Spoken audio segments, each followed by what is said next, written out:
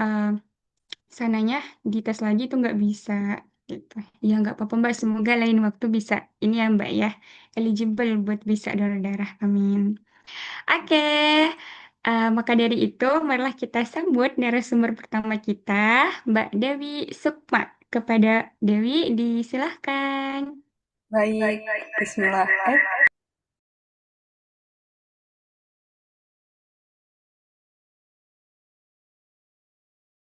Bismillahirrahmanirrahim. Terima kasih Mbak Intan atas kesempatannya. Alhamdulillahirrahmanirrahim.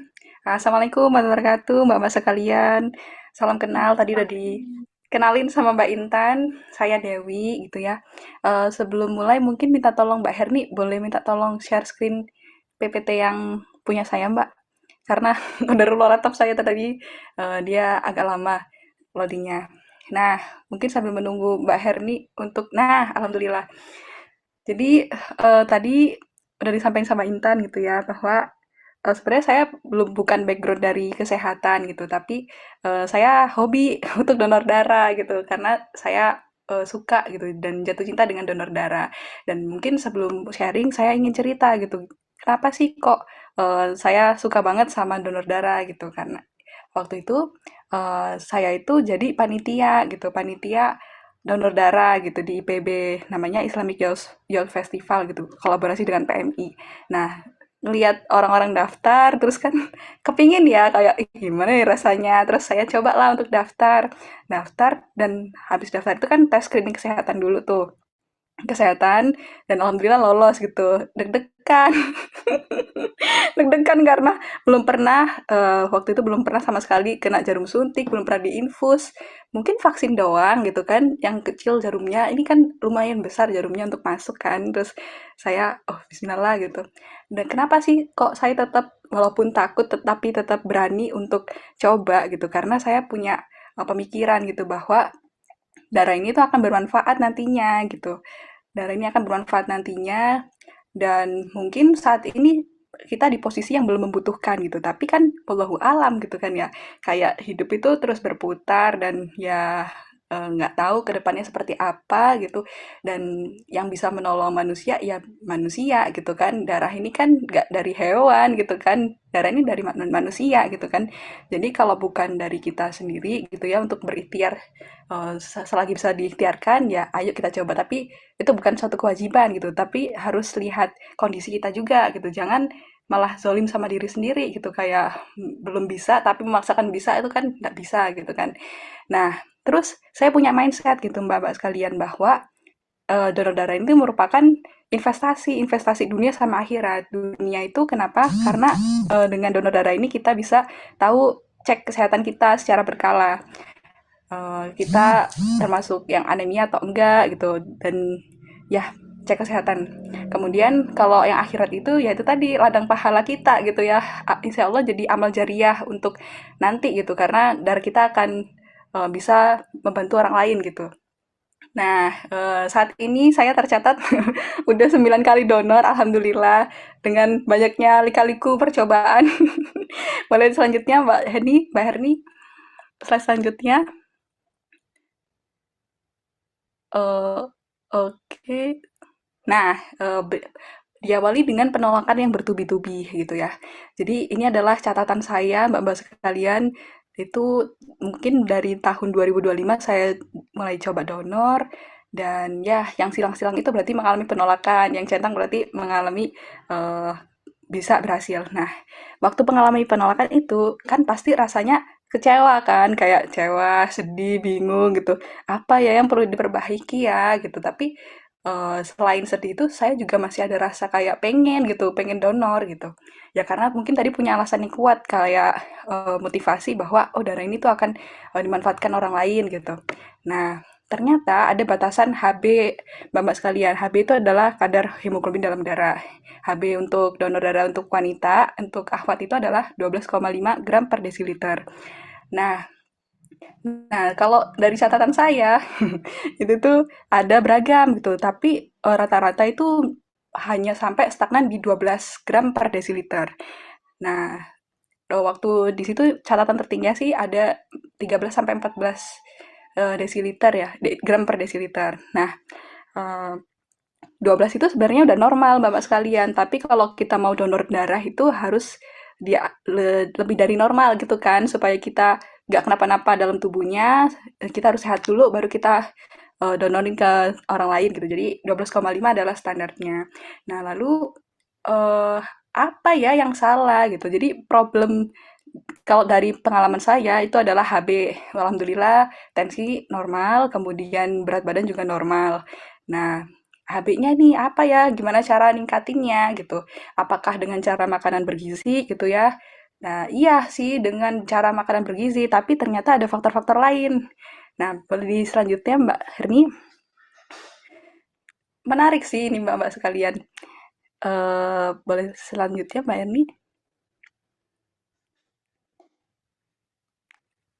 Jadi bukan hanya HB aja gitu. Nah, sebelum masuk ke yang selanjutnya, ini semalam sih saya coba baca-baca ada nggak sih report terkait donor darah ini gitu ya. Nah, ternyata ada laporan gitu bahwa walaupun sering ditolak sama PMI itu adalah tanda cintanya PMI ke kita gitu. Jadi walaupun sedih gitu, tapi kita harus positive thinking. Oh iya ya, PMI itu nggak mau kita kenapa-napa. Jadi sebelum kita, ya kasarannya adalah bukan ingin zolim kepada diri sendiri gitu kan. Ya logikanya, kalau kita jauh kekurangan, bagaimana kita bisa memberikan ke orang lain gitu. Jadi kita harus optimalkan dulu dalam diri, baru kita bisa memberikan ke orang lain. Nah ternyata ada report bahwa eh, banyak para calon pendonor yang terdeteksi low hemoglobin atau kadar hemoglobinnya itu rendah dan uh, mayoritas mereka itu kurang berkenan untuk kembali lagi ke donornya. Maksudnya kalau udah ditolak cenderung nggak kembali lagi gitu karena mungkin udah bingung dan di sini tercatat bahwa bingung ya harus ngapain. Oh ya ini frustration and lack of understanding about how to improve their hemoglobin level. Jadi kebanyakan itu bingung gimana cara improve hemoglobinnya gitu kan. Nah, saya pun juga seperti itu, tapi saya suka bertanya kepada tenaga kesehatan di sana gitu. Gimana ya caranya? Oh, dinasihatin lah kayak banyak makan protein, kemudian sayuran hijau gitu ya, dievaluasi. Nah, dan inti dari ini adalah saat kita mengalami penolakan itu tuh ya kita terima gitu. Oke gitu. Setelah oke, kita evaluasi gitu. Apa sih yang perlu diperbaiki? Pola makannya dan lain sebagainya. Dan jangan menyerah gitu. Jangan menyerah, tapi coba lagi gitu ke PMI kalau niatnya kuat gitu. Boleh lanjut, Mbak? Mm-mm.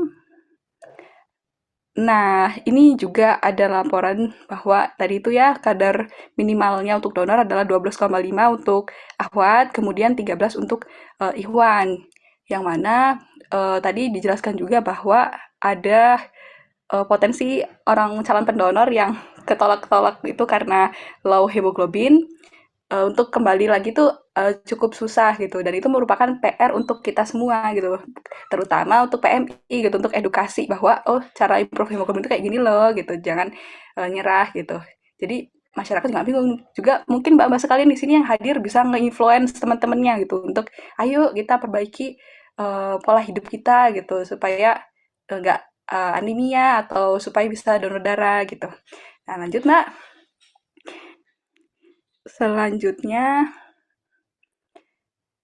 nah oh ya, lalu di sini ada report gitu bahwa apa sih yang menyebabkan hemoglobin pada darah itu rendah gitu kan, terutama pada wanita gitu. Karena kita itu punya siklus namanya menstruasi dan mengandung gitu ya. Maksudnya ada yang mengandung, ada yang menstruasi. Nah, kedua siklus tersebut itu bisa menurunkan kadar iron atau Fe dan hemoglobin dalam tubuh gitu. Jadi ini bisa menurunkan kadar hemoglobin gitu. Dan kita perlu tahu bagaimana cara strategi dan mitigasinya. Jadi, nah di sini juga ada istilah frequent donors. Frequent donor itu adalah pendonor wanita yang rutin gitu. Frequent donor berarti kan pendonor yang rutin gitu. Nah, ternyata juga memiliki resiko untuk kekurangan HB. Nah, ini menjawab pertanyaan saya itu tadi. Kenapa ya waktu awal-awal awal-awal donor itu HB saya tinggi, tapi ketika saya sudah berkali-kali donor kok HB saya stuck di 12 gitu. Oh, ternyata saya termasuk tipe yang frequent donors, yang mana perlu strategi gimana caranya untuk HB-nya itu ditingkatin lagi gitu. Jadi nggak sama treatmentnya sama seperti waktu saya awal-awal pola hidup saya sebelum donor itu gitu. Nah itu sih alhamdulillah terjawab. Kemudian selanjutnya Mbak, nah ini ada report nih kasus studi bahwa ternyata dari 5.000 pendonor gitu ya, 17%-nya itu alasan ketolaknya itu karena kadar hemoglobinnya itu rendah sebesar 17% dan setelah dikupas lagi ternyata yang banyak mengalami kadar hemoglobinnya rendah itu adalah perempuan gitu, akhwat daripada laki-laki, yaitu tadi ya karena siklus yang tadi. Nah, kemudian ternyata ada 3 faktor yang mempengaruhi kadar hemoglobin gitu. Ada gender, kan tadi ya female sama male, kemudian age ini usia, mbak-mbak sekalian. Usia ini ada kategori yang younger, yang 18 sampai 30, kemudian ada yang older age groups. Jadi dilaporkan bahwa lebih besar yang yaumnya yang 22% itu yang lebih beresiko. Kemudian ada yang namanya frequent donors itu yang beresiko. Jadi kita dapat kesimpulan bahwa ada 3 jenis yang beresiko memiliki kadar hemoglobin yang rendah, yaitu berdasarkan gendernya, yaitu wanita, kemudian usia yang muda-muda, kemudian frequent donors yang sering donor. Boleh selanjutnya, Mbak?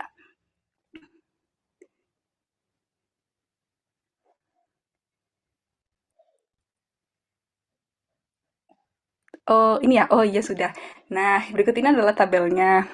Dari usia itu, coba kita breakdown. Ada rentang 18 sampai 30, itu paling tinggi 22% yang mengalami penolakan donor. Kemudian 31 sampai 50 yang sedang 17% dan ada 51 sampai 65 tahun. Itu sebesar 11%. Kira-kira nih kenapa kok yang usia tua lebih rendah resiko penolakan karena hemoglobinnya daripada yang usia muda, Mbak? Kira-kira kenapa nih? Mhm. Mbak Intan kepikiran nggak Mbak Intan?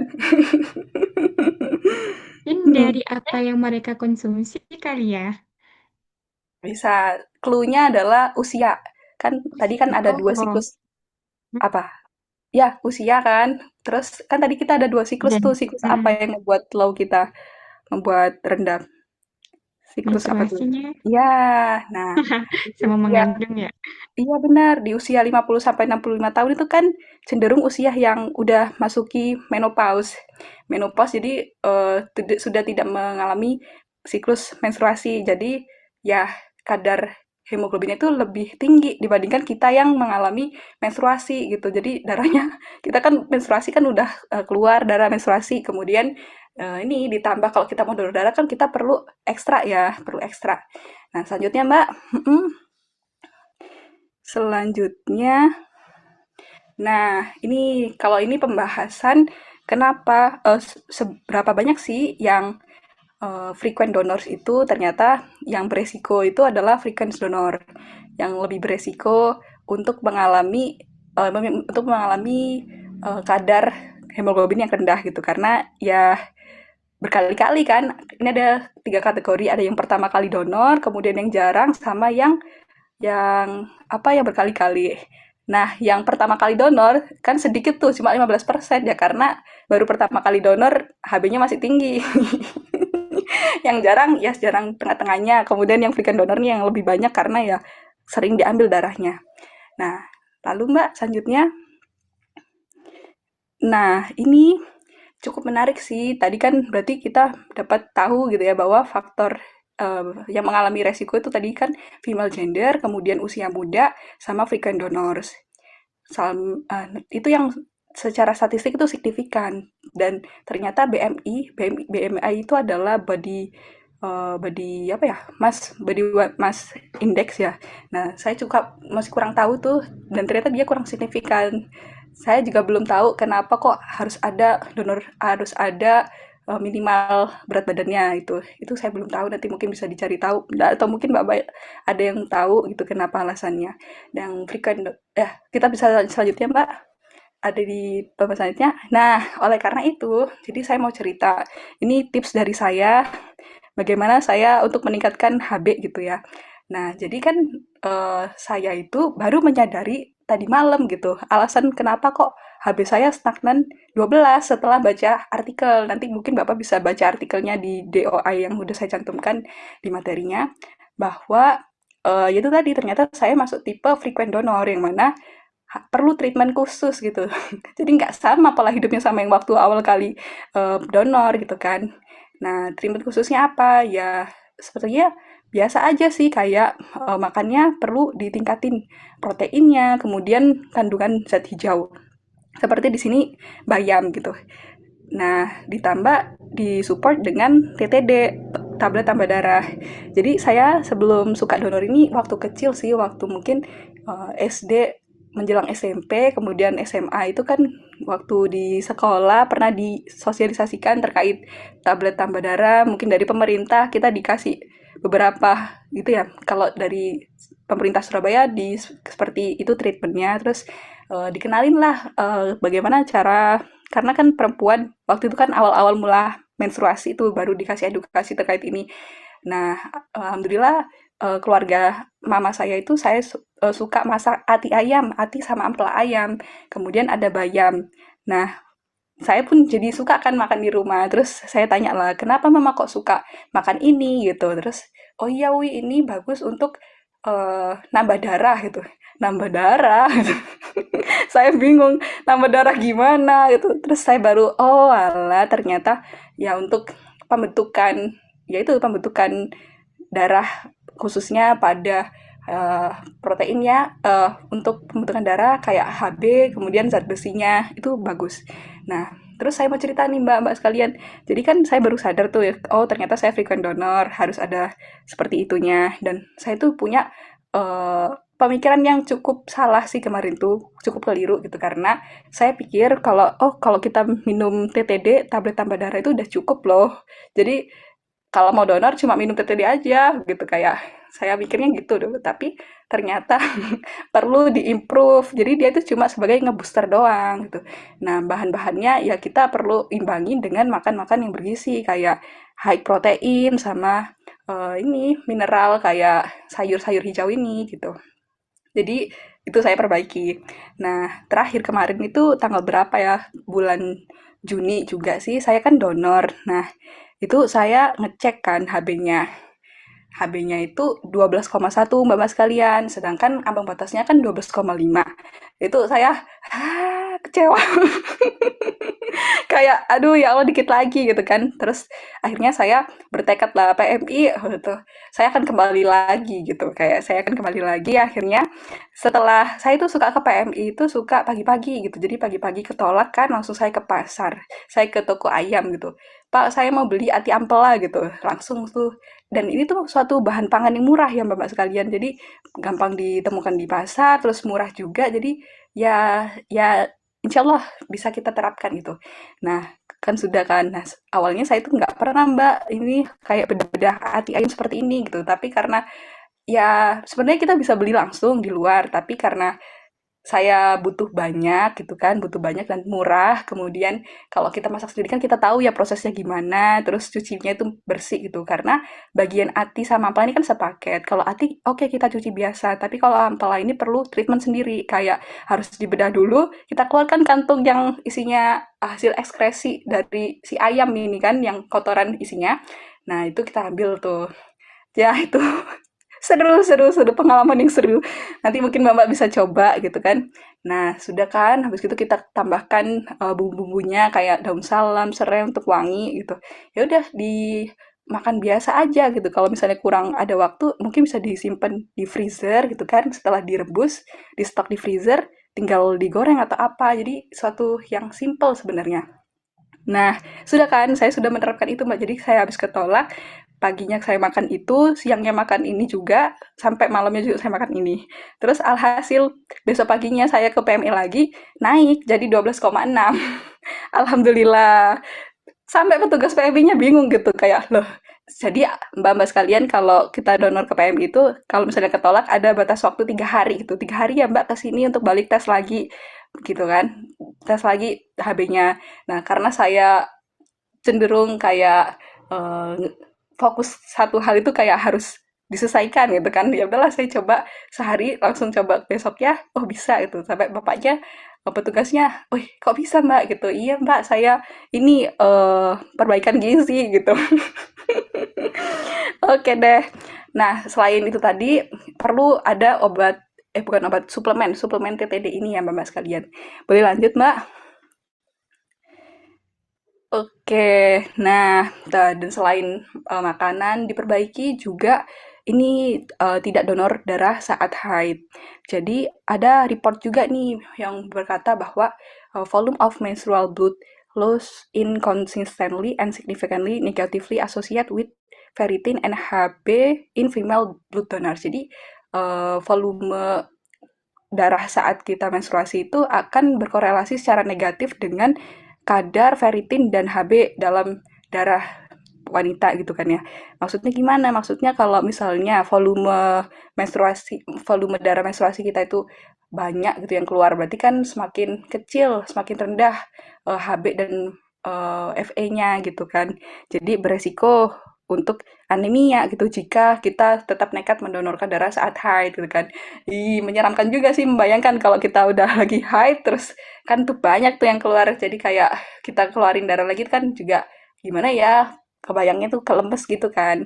Nah, lalu memperhatikan periode haid serta interval donor. Jadi ini ada laporan juga gitu. One challenge is identifying donation intervals that allow donors with greater capacity to donate more frequently and extending interval for donor needing longer time to recover between donation. Jadi ada yang namanya waktu untuk perbaikan sel-sel tubuh gitu kan. Kebayang nggak sih kalau darah kita itu kan belum siap untuk memproduksi darahnya belum cukup gitu terus kita keluarkan kan berkurang gitu kan. Jadi kita perlu tahu interval donor gitu. Interval donor itu adalah periode donor ketika kita habis donor, terus kita mau donor lagi. Nah, kurang lebih itu adalah 2 sampai 3 bulan gitu. 2 sampai 3 bulan. 2 bulan oke, 3 bulan oke gitu. Nah, kalau habis haid tuh berapa lama untuk bisa donor? Itu sekitar seminggu, Mbak-mbak sekalian. Dan ini juga menjawab saya sih bahwa selama ini kok kenapa saya stuck 12 juga karena saya ngebut ngebut 12 apa setiap 2 bulan itu saya ke PMI gitu kan. Nah, ternyata sebenarnya kan 2 sampai 3 bulan gitu kan masih ada rentang waktu tuh tubuh saya untuk memproduksi hemoglobinnya lebih baik gitu kan. Tapi saya coba 2 bulan, oh ternyata masih kurang kan. Akhirnya saya ketolak deh.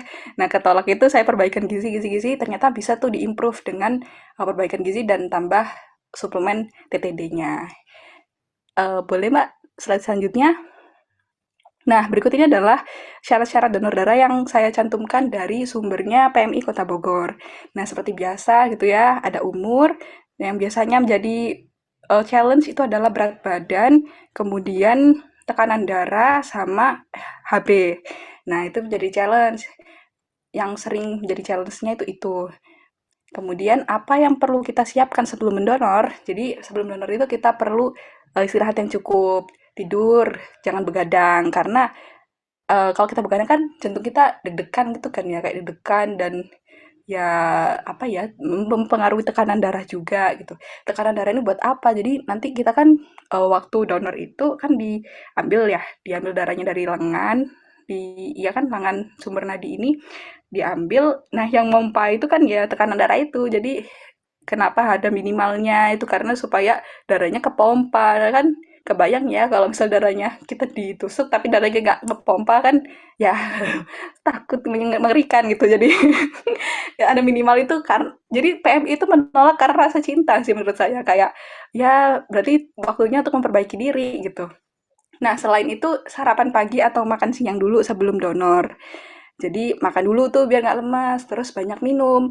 Ini ada jus, ada susu itu opsional, tapi air putih itu penting gitu karena tubuh kita kan darah, darah itu kan dari air kan sebagian besar dari air, jadi kayak ya itu perlu supaya nggak ada hidrasi. Kemudian tidak melakukan aktivitas yang berat. Boleh lanjut Mbak Erni? Lalu apa yang terjadi saat mendonor dan berapa lama waktunya? Jadi sebelum mendonor itu kita ada empat hal yang harus dilakukan. Yang pertama adalah sejarah medis. Sejarah medis itu mengisi form gitu. Biasanya kan ngisi form dulu tuh kalau yang manual. Tapi kalau di PMI beberapa tempat itu udah ada kayak alat. Jadi kita tinggal nge-scan. Nah, Bapak sekalian ada yang namanya aplikasi Ayo Donor. Ayo Donor nanti kan selama ini kita dapat kartu untuk itu ya untuk donor darah. Nah, itu suka hilang. Kalau saya suka hilang. Jadi alhamdulillah sekarang terbantu ada yang namanya Ayo Donor itu aplikasinya. Jadi kita tinggal scan QR code-nya ke mesinnya, terus mesinnya itu otomatis ada data diri kita. Nah, kita tinggal ngisi tuh di layar, ngemencet kayak misalnya kan ada banyak pertanyaan ya, kayak misalnya apakah istirahat cukup malam hari ini gitu. Terus kita centang iya gitu. Ya, pokoknya diisi lah ya. Kemudian,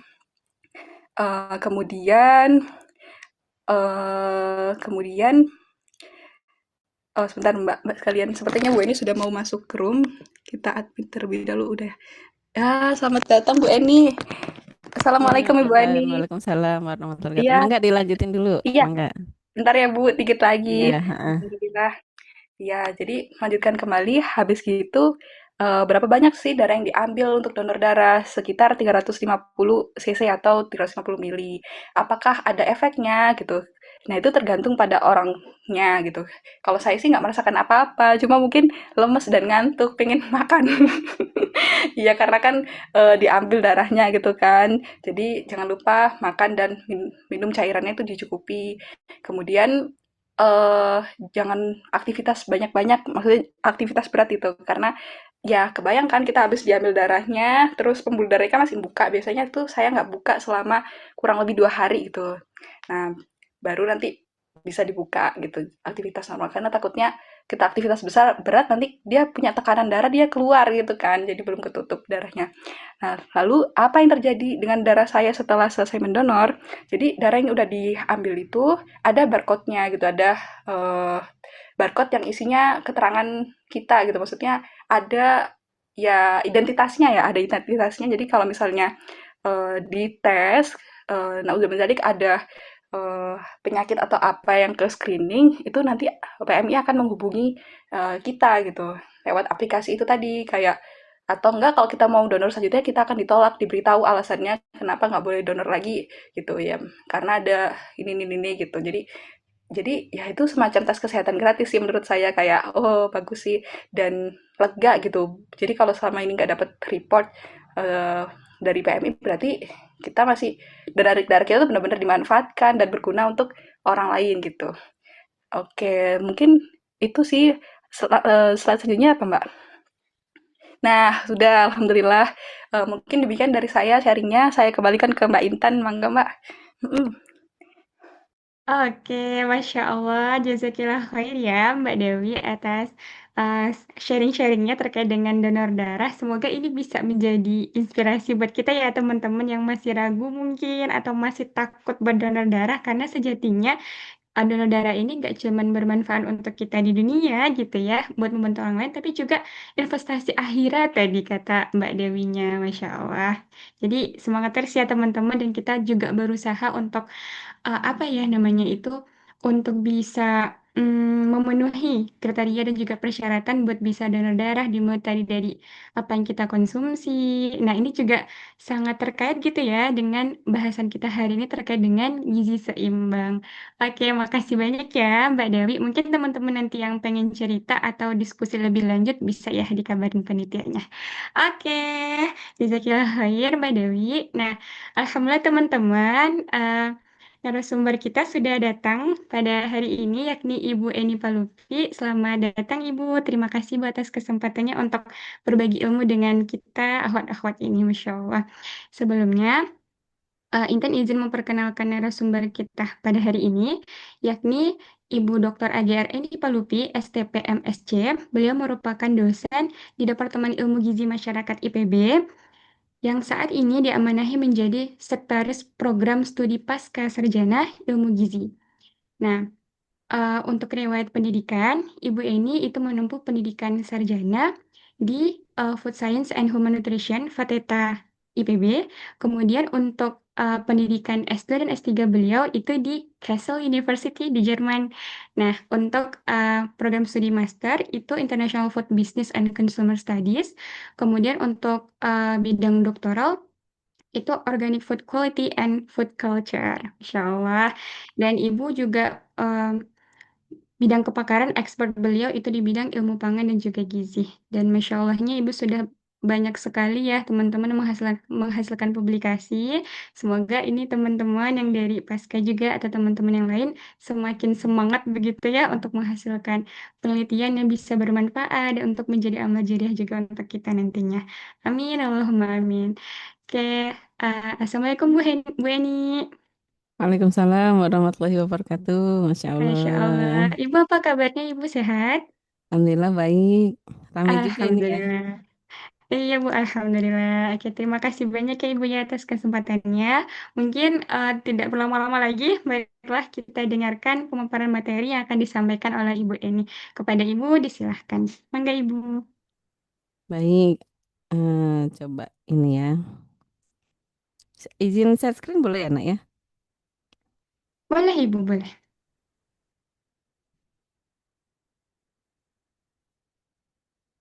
Ini masih share screen dari Dek siapa ya ini ya? Oh iya, Mbak Herni mungkin boleh di ini dulu ya. Berapa menit Nak ini waktunya? Sekitar 45 menit Ibu. Iya nih saya beberapa ya yang tahu begitu ya. Mudah-mudahan semakin mengenal nih ya. Udah bisa ya Nak ya? Mangga Ibu, mangga Ibu. Nah, ini agar lebih dekat ya Dek ya, kita berkenalan terlebih dahulu. Bismillahirrahmanirrahim. Assalamualaikum warahmatullahi wabarakatuh. Waalaikumsalam warahmatullahi Waalaikumsalam wabarakatuh. warahmatullahi wabarakatuh Ibu. Innalhamdulillah nahmadu wa nasta'inuhu wa nastaghfiruh wa natubu ilaih wa min sururi anfusina wa min sayyiati a'malina may yahdihillahu fahuwal muhtad wa may yudlil falan tajidalah. Asyhadu an la ilaha illallah wa asyhadu anna Muhammadar Rasulullah. Allahumma shalli ala sayyidina Muhammad wa ala ali sayyidina Muhammad. Masya Allah, barakallah ya. Atas karunia Allah kita bisa berjumpa di sini. Ada adik yang asalnya dari Sabang sampai Merauke, Masya Allah. Dengan niat insya Allah kita dalam rangka mengkaji ilmu Allah ya. Mengkaji ilmu Allah sehingga kita mudah-mudahan bisa semakin dekat dan semakin prima dalam beribadah kepada Allah. Dan ini mohon izin, saya Eni Palupi, asalnya dari Malang adik-adik. Angkatan 38. Sudah jauh banget ya. Dua dekade lebih mungkin ya. Kemudian ya tadi sudah diperkenalkan oleh Di Intan. Terima kasih Dek. Alhamdulillah sudah menyelesaikan sampai S3. Ini tugas amanah ya. Memang diarahkan oleh suami. Tapi alhamdulillah banyak kemudahan. Alhamdulillah itu ya luar biasa. Dimana honestly it seems like sekolah di IPB itu jauh lebih challenging. Jadi saya sangat appreciate angkat topi sekali bagi adik-adik yang sangat struggle ya, sangat struggle kemudian berjuang luar biasa di IPB. Mudah-mudahan bisa banyak kemudahan dan segera lulus. Lulusnya tepat waktu aja adik-adik ya. Mudah-mudahan ya, kalaupun lebih jangan banyak-banyak ya. Yakin bisa karena sejatinya kita kan sedang sekolah nih ya, sedang sekolah jadi eh, ya jelas pasti belum sempurna. Wajar kalau kita ada salah, kemudian ada masukan dari pembimbing, dari reviewer. Itu bagus, enggak apa-apa. Itu sebagai kita, oh berarti kita nambah nih ilmunya gitu kan. Bukan berarti kita jelek, bukan gitu ya. Jadi kalau ada masukan kok ini dikritisi sih, ini salah gitu ya. Itu justru untuk membangun kita menjadi lebih baik lagi. Open minded ya. Kemudian ngirim jurnal ini ditolak. Ngirim lagi ditolak lagi. Ditolak lagi. Saya dalam waktu 2 bulan kemarin itu ditolak 4 kali apa ya. Sekarang sih sudah di level yang udah biasa. Berarti ada jodoh yang lebih baik lagi. Ya kita ada ya. Harus nantiasa berbaik sangka pada setiap proses yang kita jalani. Itu sangat penting sekali. Nah, ini riset interest kami ya. Terutama memang untuk anak-anak bangsa ini tidak hanya under tapi juga overnourished. dengan memanfaatkan bahan lokal. Indonesia tuh kaya kok, kaya banget, kaya sekali ya. Biodiversity-nya tuh terkaya kedua di dunia bahkan setelah Brazil. Masa sih orang kita pilihan makanan itu jauh lebih bervariasi, kok kita tergantung sama luar? Saya rasa itu karena politik ya.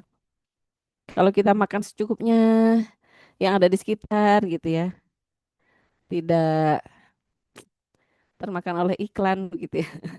Iklan atau apa-apa yang ada di mall, insya Allah aman. Kita justru lebih sehat, adik-adik. Serat di situ banyak, komponen bioak banyak sekali.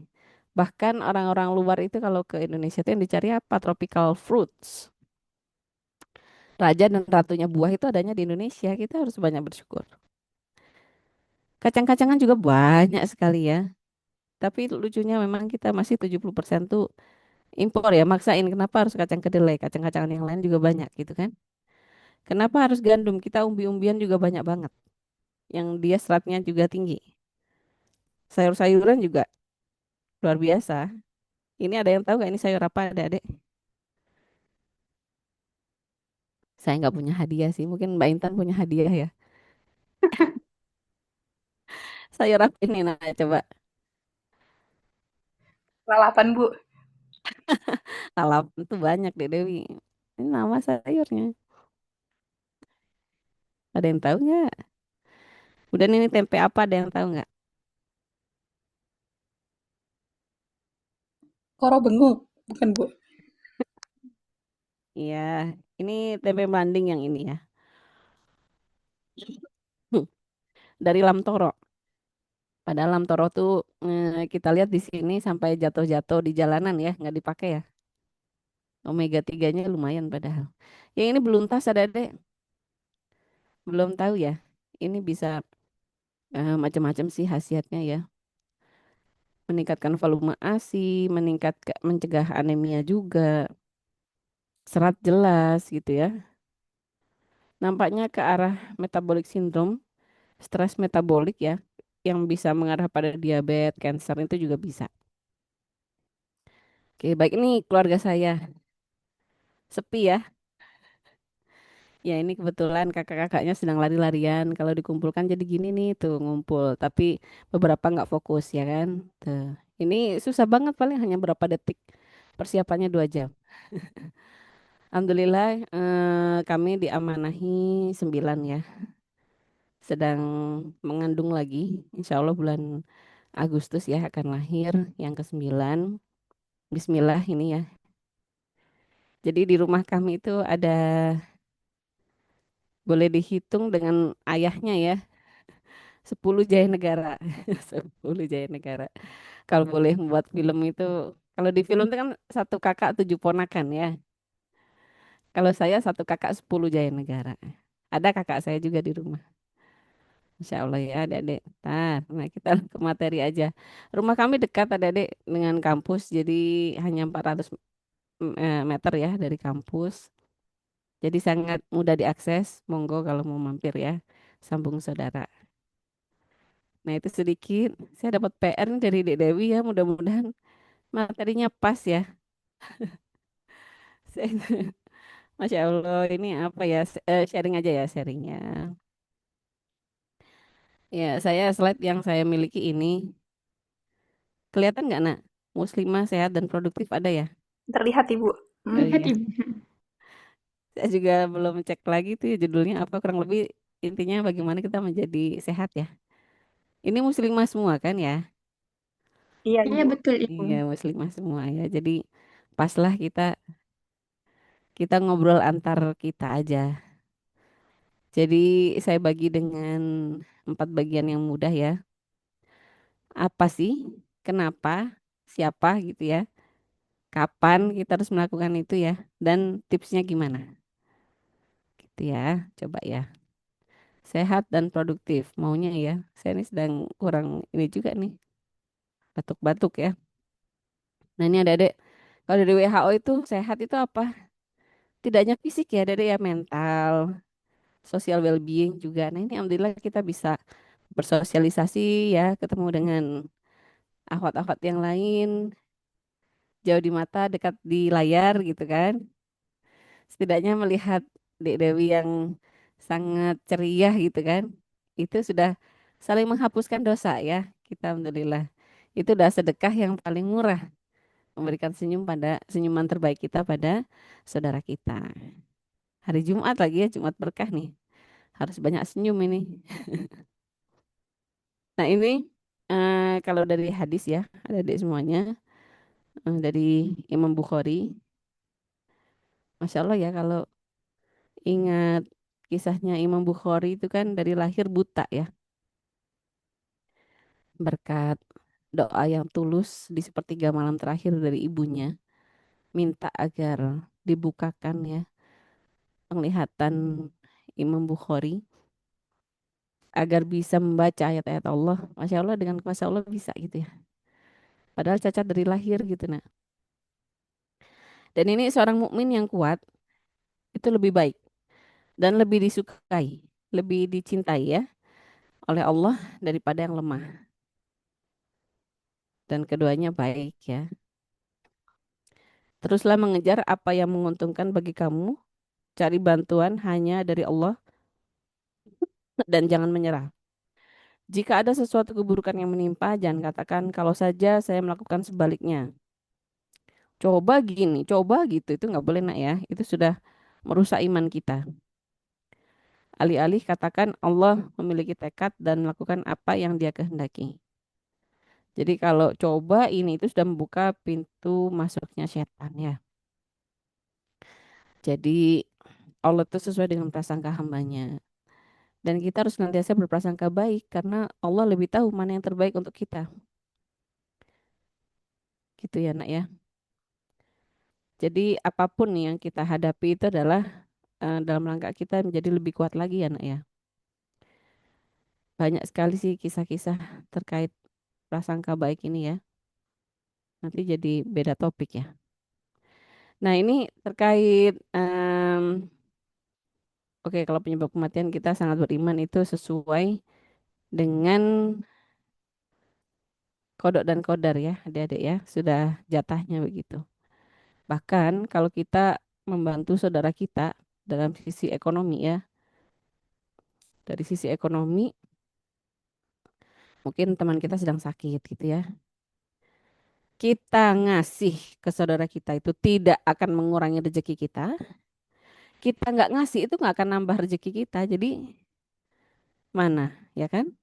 Akan lebih baik kalau kita membantu, ya nggak? Kita tuh hanya perantara saja. Yakin pasti akan diganti oleh Allah. Oh ya, terkait yang di atas ini tadi ya, tidak hanya tidak hanya akhirat tetapi juga dunia itu perlu tidak boleh lepas juga ya. Tidak boleh kita memisahkan di antara keduanya. Banyak saya baru tahu juga ya Rasulullah hijrah itu dari Mekah ke Madinah yang dibangun pertama apa? Masjid Nabawi ya. Ternyata tidak hanya masjid adik-adik. Rasulullah juga membangun pasar. Jadi sedemikian pentingnya ekonomi umat itu ya. Nah berikutnya ini yang disability adik-adik ya. Back and neck problem. Coba ini yang adik-adik ada masalah terkait itu ya. Mungkin sakit leher, sakit punggung bisa jadi itu karena kurang digerakkan ya. Atau depression, anxiety, emotional problem. Nah, itu pentingnya tadi ya, sehat itu tidak hanya fisik, tetapi juga mental, tetapi juga social well-being. Tentunya rematik ya, artritis, dan lain-lain sebagainya. Bahkan lebih tinggi daripada diabetes, hypertension, heart problem ya, bahkan cancer sekalipun. Jadi justru di sini mental itu termasuk tertinggi kedua adik-adik. Kalau back and neck problem nih, ini generasi yang mager ya istilahnya ya. Harus hati-hati ini ya. Harus sering lebih banyak bergerak begitu ya. Aktif ya. Aktif lifestyle. Ini kalau ketika COVID ya. Kalau setelah COVID ya ini terkait heart disease, neonatal disorders, stroke, mental ya masih menempati 5 besar di sini. Nah, oke ada ya kita menyadari ini berdasarkan data ya, fakta di sini ya, bukan gosip ya, fakta ini ya. Nah, kemudian kita diskusi antar perempuan nih. Bu, kenapa tiba-tiba ke osteoporosis? Ya, ini sebenarnya manifestasi dari gaya hidup kita, adik-adik ya. Ini juga data, ini fakta ya. Tapi ini dari jurnal yang saya citasi itu datanya dari Amerika ya, karena lengkap di sana. Kalau di Indonesia nggak terdata ya. Tahu-tahu jatuh, kemudian nggak taunya patah tulang dalamnya ya.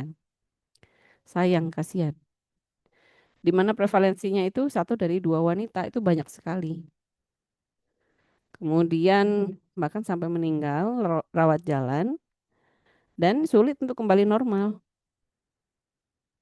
Jadi kalau kita pegang, itu aman-aman aja deh. Sepertinya ya tulang kita aman gitu ya.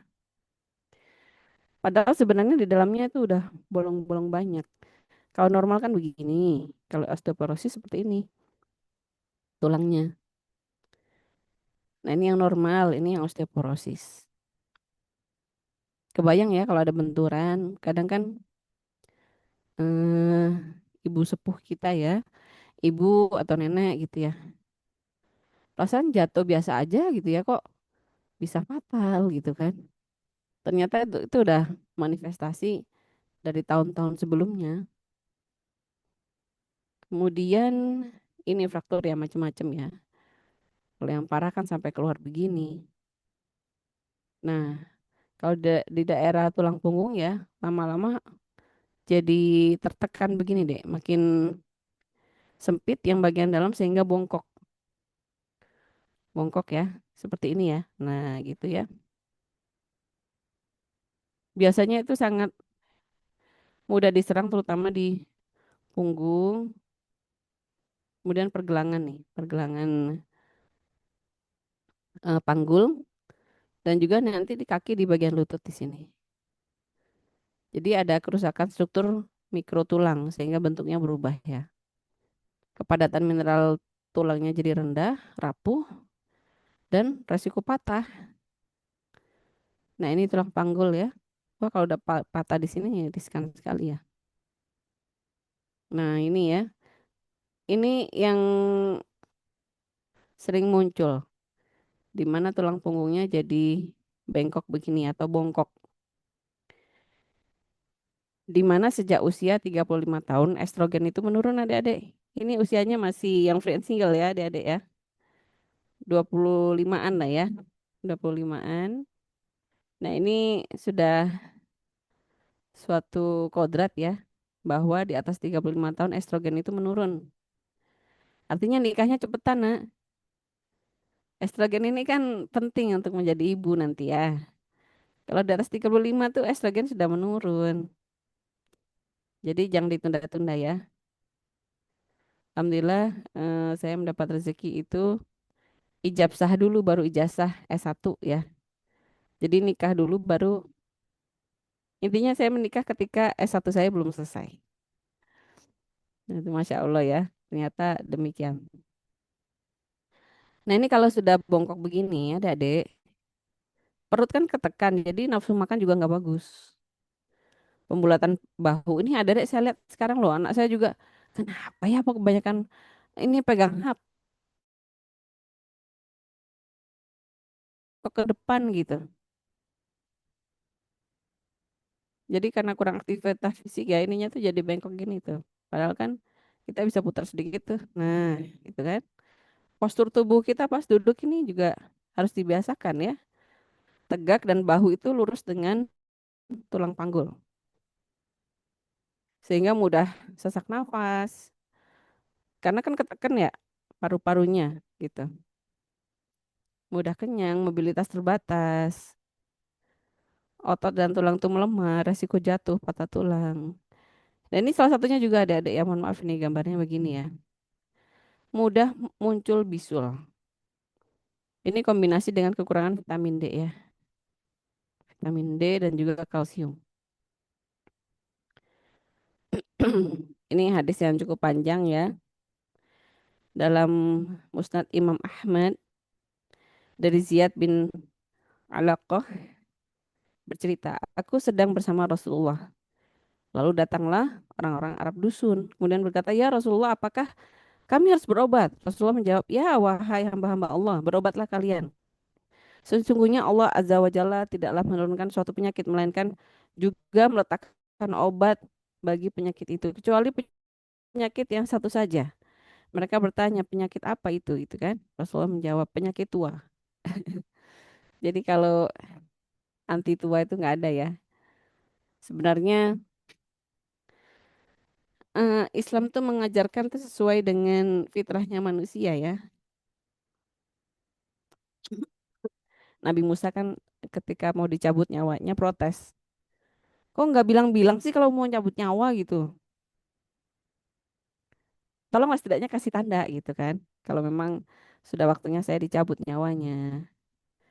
Bukankah itu ya disampaikan, bukankah memutihnya rambut itu sudah memberikan tanda berkurangnya jatah kita di dunia gitu kan? Bukankah apa sakit badan gitu ya, yang dirasa orang-orang sepuh itu ya? Itu sebagai peringatan kita di dunia bahwa waktu ajal kita sudah semakin dekat.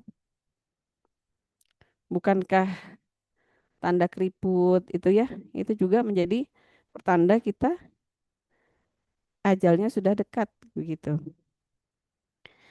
Oleh karenanya kan uban itu nurul Islam ya, adik-adik ya, cahaya bagi orang-orang Islam. Tidak boleh disemir ya, kecuali warna selain hitam. Saya juga aneh tuh, maksudnya kalau mau di warna hijau gitu kan, jadi Naruto nanti ya. Nah itu sekilas info saja nih, kadang orang kan biar awet muda lah nih gitu ya, apa teman saya ada yang bilang gitu ya, udahlah tua mah tua aja gitu kan. Nanti ada masa di mana di atas 40 tahun itu ada ya. Ketika apa kita ngelihat orang makan aja tuh bobot badan bisa nambah. Sekarang ada itu masih karena kan metabolisme tubuhnya kan menurun sehingga mudah untuk numpuk lemak kalau tidak aktif ya badannya. Nah, ini ada Dek. Nah, tadi kan ahwat semua ya. Nah, ini pas nih materinya. Ada Dek itu di usia ini kan. Nah, puncaknya di sini ada Dek ya. Setelah itu turun. Makanya nikahnya jangan kelamaan. Nanti ada fase kalau udah turun gini gimana ya? Bu, jangan kan kita Luna Maya aja juga nikahnya di atas 40 tahun gitu ya. Berdoalah nak, berdoa ya. Ingat tadi kisahnya Imam Bukhari ya. Masya Allah ya. Bagi Allah itu mudah ya nak ya. Mintalah ya. Oke, berikutnya nih ada deh ya. Ada menopause, perimenopause, premenopause. Jadi memang kalau em, datang bulan kita tidak teratur ya itu bisa menjadi pertanda juga sih. Jadi apa istilahnya tuh sekarang itu poli apa ya namanya ya? Jadi siklus headnya tidak teratur itu loh. PCOS ya. Nah, itu sebenarnya obatnya gampang ya. Tinggal healthy lifestyle aja. Jadi makan yang sehat, aktivitas fisik yang aktif, insya Allah akan normal lagi. Karena khawatirnya, jadi kalau datang bulan yang tidak teratur itu, khawatirnya ya, tapi mudah-mudahan tidak, bisa jadi karena lifestyle kita saja yang kurang bagus ya, mungkin kurang bergerak atau makan makanannya itu yang lebih banyak pengawet, tetapi kurang sayur buah misalnya. Atau khawatirnya ada penyakit gitu kan di dalamnya, gitu. Nah ini tulang kita ya, nak ya. Ada dua macam sel di dalam tulang kita. Ada osteoklas, ada osteoblas. Yang osteoklas itu dia menghancurkan untuk dikeluarkan dari tulang kita, kalsiumnya terutama. Kalau osteoblas dia ngambil kalsium untuk membentuk struktur tulang. Nah, ketika estrogen kita menurun, tadi usia 35 ya, itu osteoklas itu lebih aktif daripada osteoblas. Jadi lebih banyak kalsium yang dikeluarkan dari tulang kita keluar daripada yang dari luar kita pakai ya. Di mana osteoklas ini semakin aktif kalau asupan kita nggak benar, yang banyak kafein seperti kopi, teh ya, dan juga soft drink. Soft drink itu kafeinnya lebih banyak adik-adik.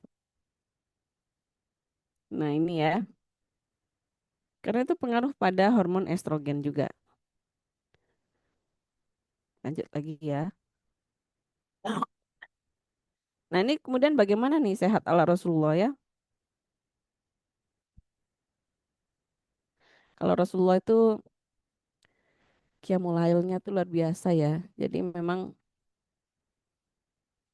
surat Al-Muzammil itu kalau dari tafsirnya itu adalah bentuk kasih sayang Allah. Sebenarnya kita agak di awal, bukannya itu tentang anjuran untuk sholat malam. Tapi kalau ditelisik lagi sampai ayat ke-20 itu kan memang tersirat bahwa qiyamul lail itu harus wajib ya adik-adik ya. Mohon maaf.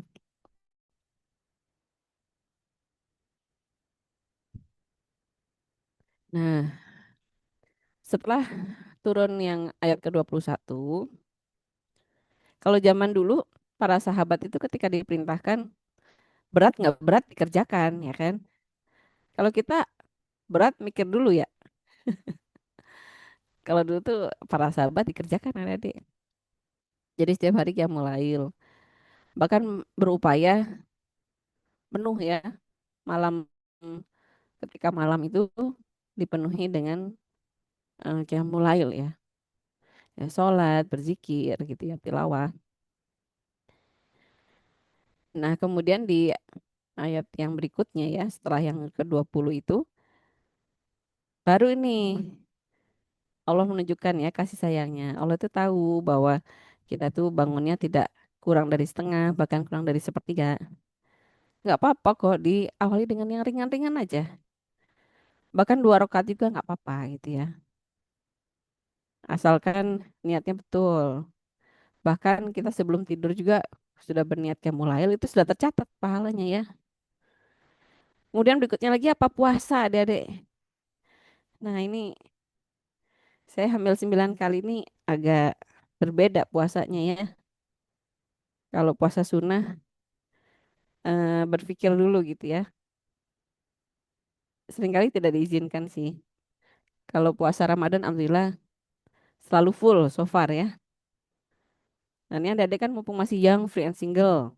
24 hours is yours. All of your body part is yours. Jadi dibiasakan nih adik-adik ya. Senin Kamis, ayam ulbit gitu ya. Atau bahkan yang puasa Daud itu luar biasa ya. Jadi puasa itu menidurkan ya. Menidurkan sel-sel tubuh kita. Bahkan dari teorinya itu ya. Itu mengaktifkan fagositosis. Yang dia tugasnya membersihkan, menghancurkan sih ya. Sel-sel yang mati kemudian dipakai lagi untuk membangun sel yang baru lagi. Semacam orang kalau beres-beres kamar kan kamarnya nggak bisa dipakai dulu dong ya. Dalam kondisi dorman itulah bisa dibersihkan gitu ya kamar, rumah gitu kan. Kemudian hati selalu lapang. Nah, ini juga ya tadi kesehatan mental tadi ada ya.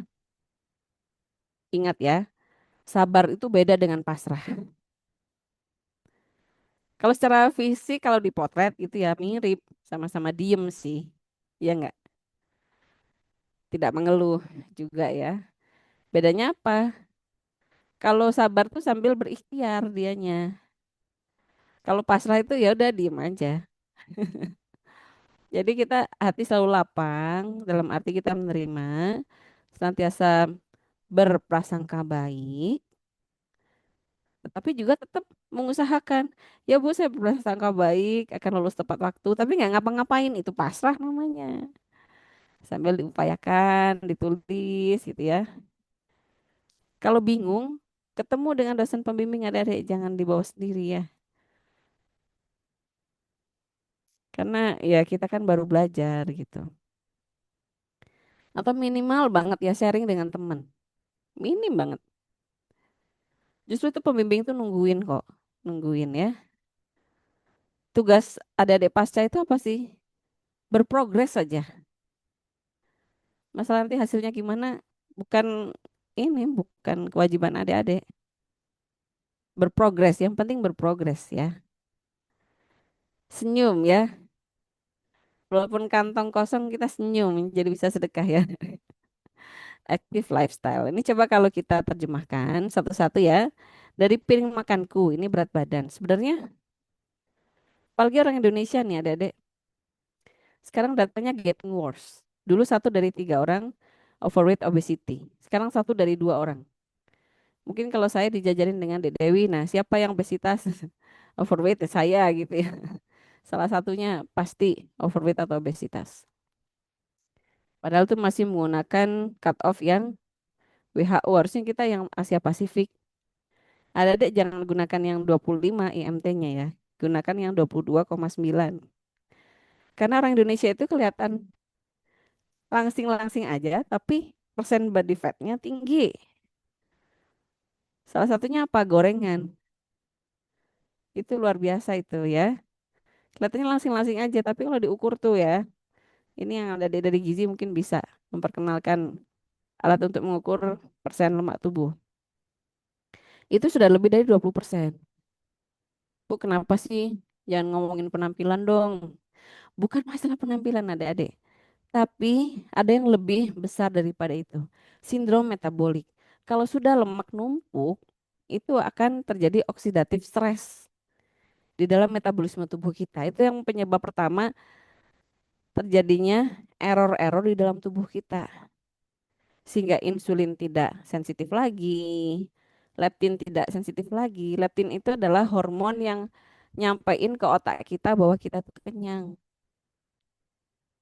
Jadi lemak itu udah ngasih tahu, hormon leptin kasih tahu ke hipotalamus ya, kita tuh udah cukup, persediaan cadangan energinya udah cukup.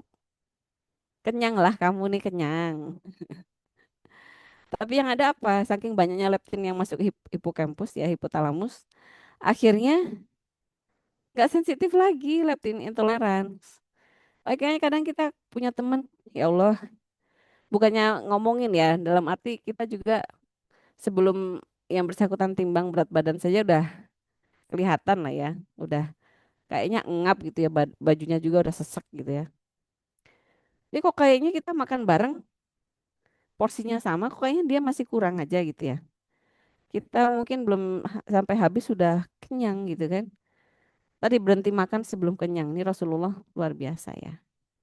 Jangan kira Rasulullah itu six pack ya, bukan one pack United kayak tomat ya. Kayak kadang saya tuh heran ya. Sebenarnya nggak pengen lihat sih, kayak misalnya di mall gitu ya, berpapasan ya. Saya sedang nobar ya dengan 10 Jaya Negara dan satu kakak saya. Itu kenapa ya? Mode zaman sekarang itu, padahal dulu itu ya pada zaman abad 18. Coba dicek deh adik-adik ya. Kerajaan-kerajaan dulu yang bukan muslim aja ya. Inggris, Eropa gitu ya. Itu bajunya tertutup kan. Bahkan dikasih baju yang terbuka mereka, ih apa gitu, nggak mau lah gitu ya. Itu menurunkan derajat sendiri gitu ya. Nah sekarang tuh banyak yang model-model itu kelihatan perutnya gitu loh. Terkadang kok dia pede banget ya. Padahal kayak itu ngelihat perut apa ngeliat tomat ya. Dan itu pede aja, dan dalam arti kita berpapasan mau nggak ngeliat tuh kelihatan gitu ya. Astagfirullah, sedih juga sih. Sama juga dengan model hijab nih adik-adik ya. Ingat kisah Ashabul Sabt ya. Itu 3 golongan itu ya yang yang mendapat eh, azab ya. Yang pertama jelas yang punya ide gitu kan, ngumpulin ikan itu. Yang kedua yang melakukan. Yang ketiga tuh nggak ngelakuin, tahu ilmunya, tahu adabnya harus gimana, tahu syariatnya gimana, tapi nggak ngasih tahu yang lain. Ah tenanglah, aku mah kerudungnya udah rapih. Itu bukan aku ini, biarin jangan nak, ingetin nak. Bisa jadi nggak sadar sih ya, teman-teman kita itu kadang lehernya kelihatan gitu kan, atau berkerudung tapi mungkin dia ngebongkok sedikit, punggungnya udah kelihatan gitu ya. Sedih sih. Atau mungkin yang terlalu dekat ya dengan tak tahu lah ya itu teman dekat atau pacar ya. Kita ingatkan lah ya. Yang penting kita sudah mengingatkan. Ya dengan cara kita dekat-dekat lah. Jangan sampai ketahuan orang kalau bisa ya.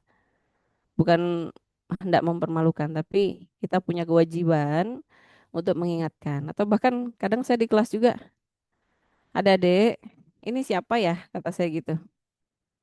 Sepertinya bukan anak gizi nih. Oh iya bu, teman saya bu. Gitu udah gitu kan rame ya di kelasnya ya. Seminar ya. Teman dekat bu, teman dekat.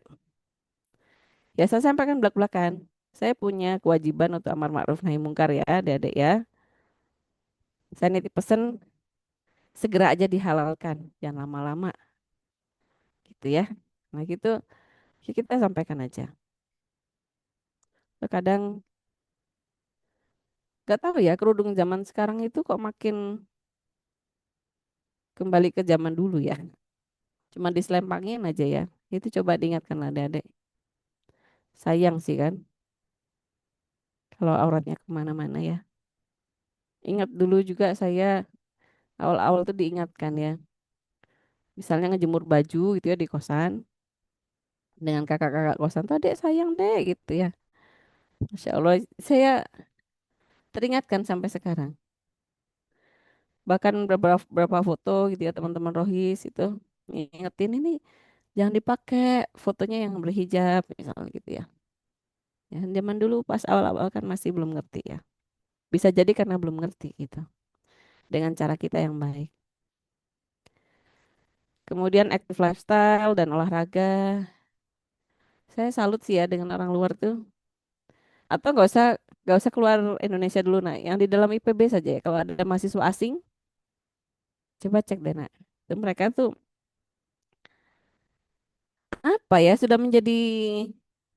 sudah terpatri di otaknya gitu. Aku harus gerak gitu. Dari kecil udah terbiasa. Sudah kalau kita kasarnya mendarah daging ya. Saya berapa kali ke gym tuh ya orang bule itu oh may I use this facility gitu kan. Langsung masuk aja. Atau lagi lari ya bareng suami itu pasti ada aja ya orang-orang internasional itu mereka mereka lari gitu ya jogging beneran gitu. Kemudian menjaga kebersihan. Ini penting nih adik-adik ya. Allah tuh suka yang bersih-bersih ya, yang indah ya. Bagaimana doa seseorang itu bisa terkabul kalau bajunya kotor ya, tempat beribadahnya kotor gitu kan hadisnya ada ya. Gimana gitu ya. Senantiasa bersyukur, berjuang, bertawakal, senyum ya. Bentar nak, saya harus ngasih pesan bentar ya.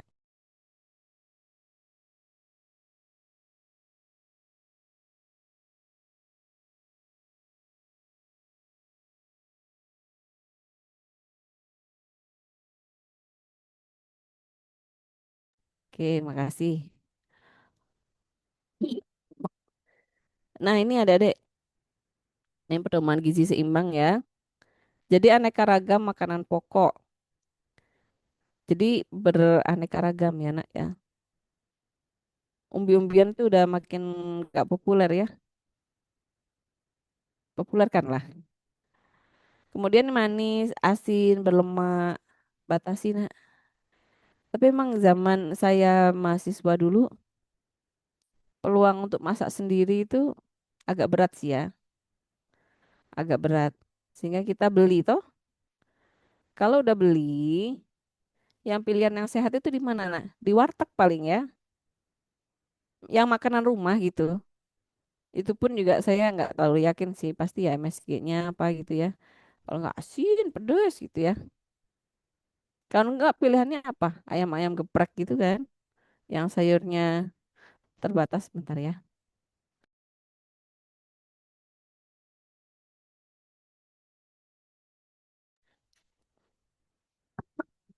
Dan itu biasanya kalau beli di sebelum maghrib, nak. Kalau udah setelah maghrib tuh pilihannya coba deh cek aja ya. Itu termasuk garam tinggi biasanya.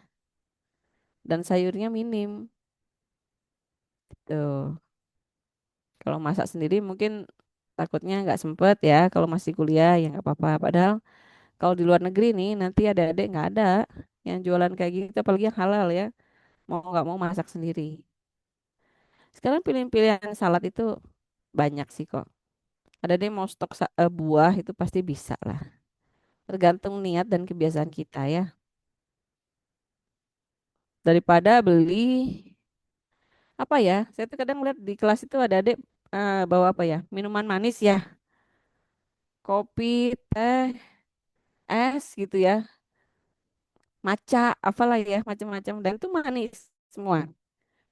Saya lihat harganya juga tidak murah itu, di atas 10.000 ya. Nah, coba kalau buah dapat berapa tuh, nak? Saya nggak tahu harga buah sekarang di buah potong tuh berapa ya. Sayang loh. Karena saya ini udah berapa kali nyari responden untuk ngukur indeks glikemik di kalangan mahasiswa yang masih bagus glukosa levelnya. Susah. Kelihatan dia langsing-langsing aja, ternyata udah prediabetes. Gula darah puasanya udah di atas 100. Nggak bisa dipakai lah. Dan yang bersangkutan nggak ngerasa. Tuh kan. Nah tadi memang lingkungan manis-manis itu banyak ya. Aktivitas fisik ya dan berat badan. Ih, kamu nimbang mulu, penampilan mulu. Enggak lah. Agar kita bisa produktif. Kalau udah sakit, susah ya. Kakak saya ini juga ada sakit gula ya, ada ya. Sekarang sedang pengobatan. Itu pengobatan sehari. Treatment itu 500.000. Kemudian kalau minimal 3 minggu, setiap hari, ya tinggal dikali aja lah ya. Itu anak-anak kumon tuh pasti pada pandai itu hitungnya. Tinggal ngaliin aja. Lauk pauk ada protein ya, hewani, nabati juga. Ini masalah kebersihan. Bersyukurlah. Insya Allah dengan apa yang ada gitu ya. Itu cukup insya Allah ya. Saya pernah lihat apa ya, eh tahu siksa. Jadi masak tahu itu bisa untuk sehari 3 kali buat berdua gitu ya. Intinya bisa sih deh, gak harus mahal, gak harus mahal. Yang penting komposisinya ya, niat kita sehat. Buah sayur, lihat label kemasan. Nah, ini sering tidak dilakukan oleh orang Indonesia. Misalnya kita lagi snacking ya, beli snack.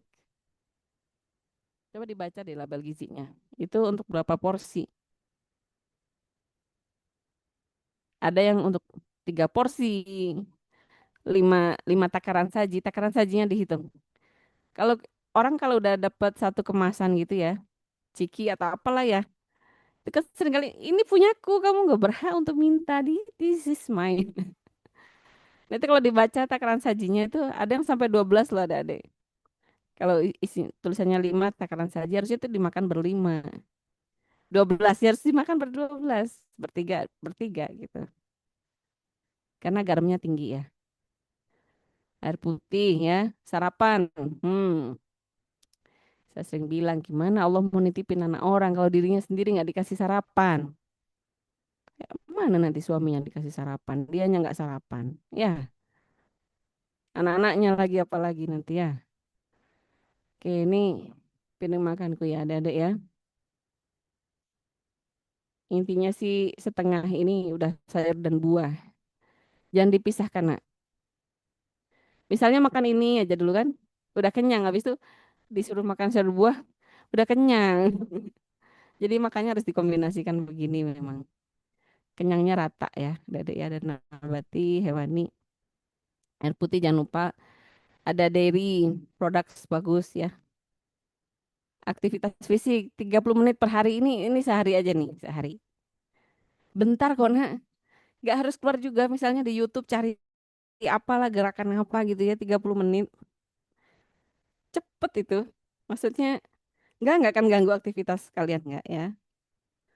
Air putih aja. Nggak usah beli manis-manis. Sayang uang kalian ya.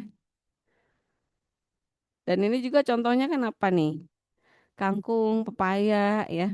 Ikan kembung, tahu murah ini saya rasa ya. Ini contoh aja. Silakan dicek lagi ya. Ini kapan? 18 hari. Dan ini ada adik sodium. Kenapa sih garam itu harus kita hindari ya? Pertama, dia ada korelasi dengan penyakit jantung. Di mana ini yang unprocessed itu lebih baik daripada yang proses ya. Pasti tambahan garamnya lebih tinggi. Selain itu, sodium ini juga mengaktifkan tadi osteoklas. Adik-adik. Jadi kalsium lebih banyak dikeluarkan dari dalam tubuh kalau kita konsumsi garam yang berlebihan. Karena natrium, kalsium itu dikeluarkan bersama urin. Oke, berikutnya lagi ya. Ini kalau kita kurang buah, kurang sayur, yang ada tuh bisa jadi soft drink ini ya. Dia kan bersifat asam. Asam itu melarutkan kalsium adik-adik. Dalam kurun waktu 20 tahun akan setengah ya ini ya, setengah kilo nih hampir. Setengah kilo. Padahal tulang kita totalnya itu 1 kilo adik-adik. Ya udah tinggal separuhnya ya berarti ya. Separuhnya hilang lewat urin. Gitu ya. Ini contoh-contoh ya, semakin asam ini ya. Yang enak-enak ya adik-adik ya. Manis-manis, enak gitu ya. Ini yang alkalin, ini yang lebih bagus ya. Sayur, buah. Ini yang netral ya, olive oil, air. Dan ini kafein dan rokok. Insya Allah sih nggak ada ya di sini ya. Coba nih adik-adik ya. 1 gelas kopi. Yang mana ya? Adik-adik itu minumnya apa sih biasanya? Ini kah? Instan. Espresso. Hmm. Ternyata lebih tinggi yang di energy drink. Tuh, cola. Tuh, ya kan? Ini kafein. Kenapa sih, Bu? Ya tadi, kafein itu mengaktifkan eh, osteoklas tadi. Kaitannya juga menurunkan estrogen adik-adik. Makanya nanti kalau menikah sudah 1 tahun, belum punya momongan, nanti terindikasi estrogen kita bermasalah ya.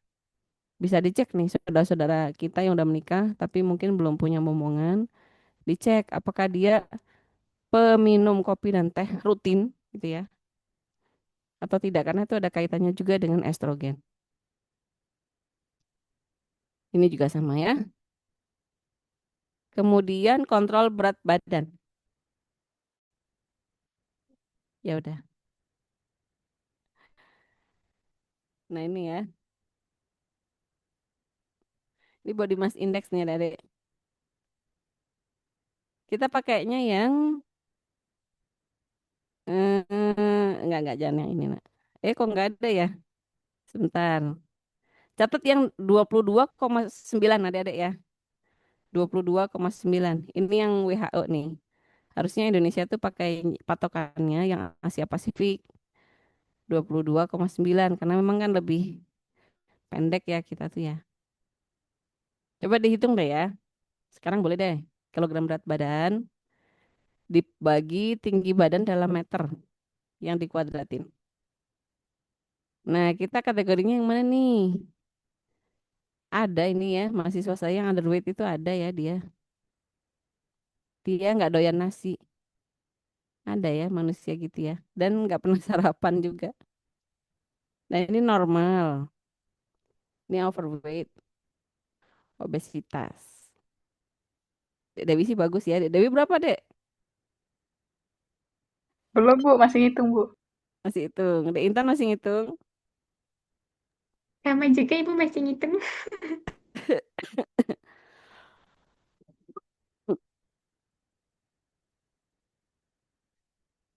Saya mungkin ini nunjuk yang memang kelihatannya normal ya, adik-adik ya. Saya 21,4, Ibu. Alhamdulillah. Weh, keren. Karena donor darah terus nih. Jadi alhamdulillah. Bagus nak ya, dipertahankan. Tinggal masa ototnya. Masa ototnya ditingkatkan. Nah, otot itu baru terbentuk kalau kita latihan beban. Bukan beban hidup ya. Pakai dumbbell kayak kalau nggak punya dumbbell pakai tumbler yang diisi air bisa juga tuh. Olahraganya mungkin yang di YouTube tuh dia nggak bawa apa-apa tapi kita pakai tumbler ya. Kenapa? Karena otot itu bisa untuk nyimpan glikogen sehingga gula di dalam darah kita lebih baik jadi glikogen aja jangan jadi glukosa. Yang itu disimpannya di otot. Jadi masa otot bagus itu resiko diabetes juga lebih rendah. Oke, ini puasa ya. Banyak sih nak nanti bacalah ya. Ternyata orang-orang yang sakit mental itu juga oleh dokter-dokter yang umum ya, itu dianjurkannya untuk puasa. Nabi Musa sebelum ke Gunung Sinai puasa 40 hari. Kemudian Nabi Isa puasa juga Nabi Isa. Siapa lagi ya? Agama-agama yang lain itu puasa juga ya. Jadi memang sebelum umat kita itu sudah diperintahkan untuk berpuasa.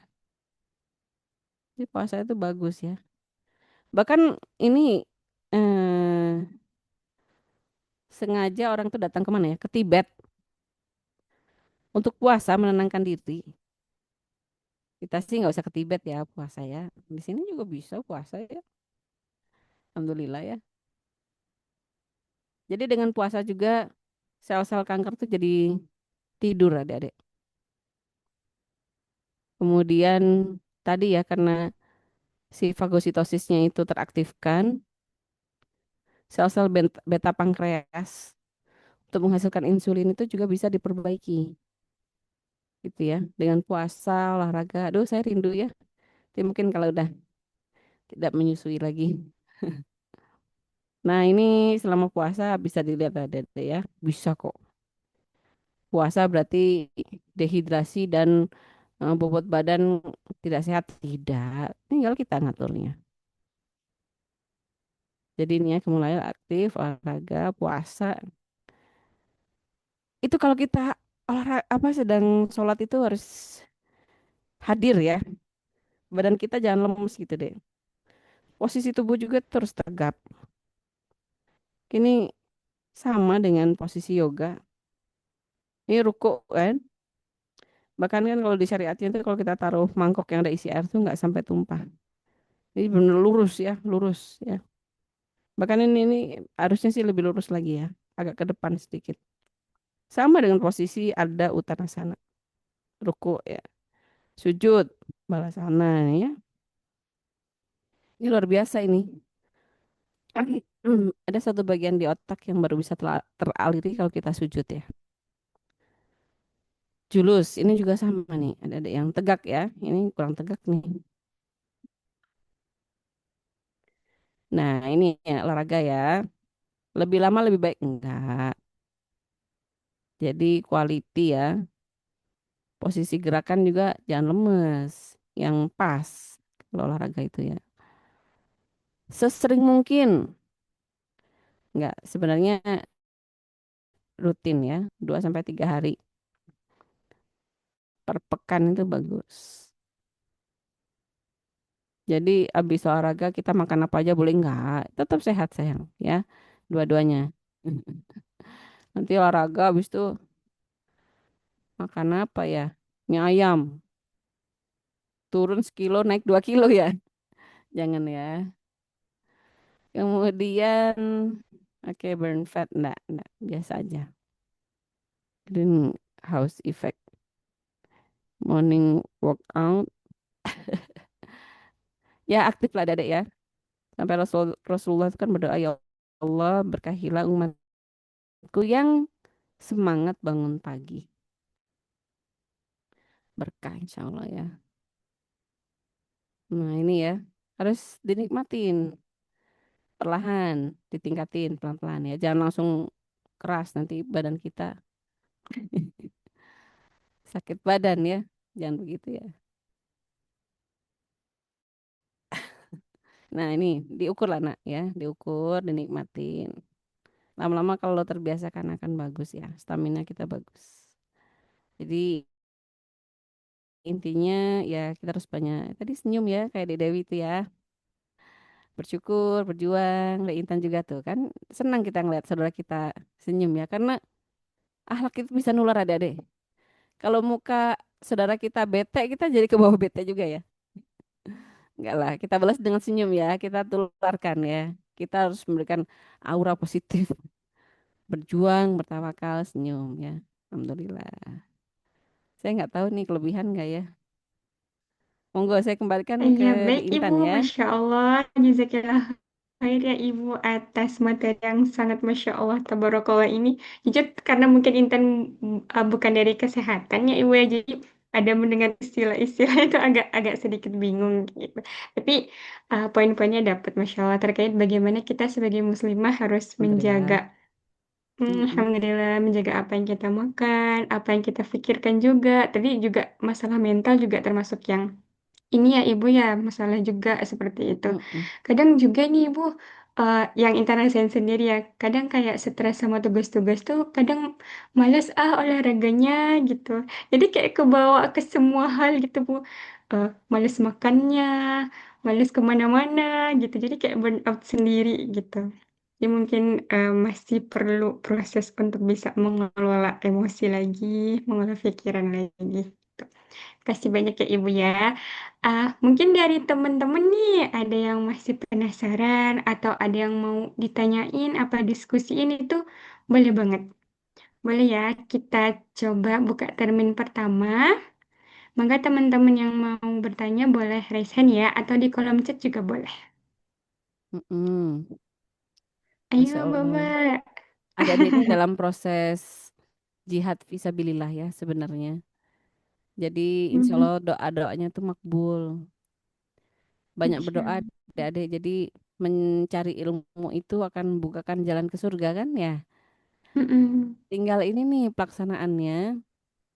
Kalau bilang ikhlas itu enteng ya. Menjalankannya gimana gitu.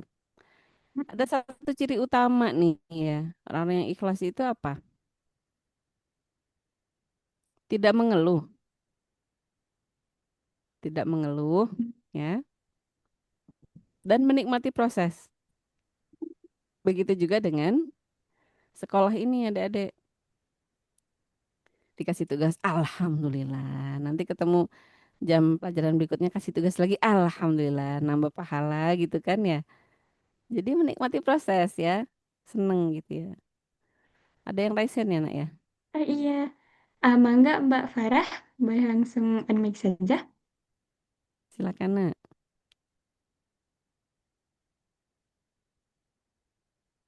Mbak Farah. Ya, Oh, ini sinyalnya jelek deh lagi di jalan. oh alah. Masya Allah. Kayak helm itu nak. Atau apa sih? Oh Iya, iya, saya Masya lagi Allah. di jalan. Hati-hati. Izin bertanya. Bu Oke, kan nggak apa-apa. Oke. tadi ya terkait gizi seimbang.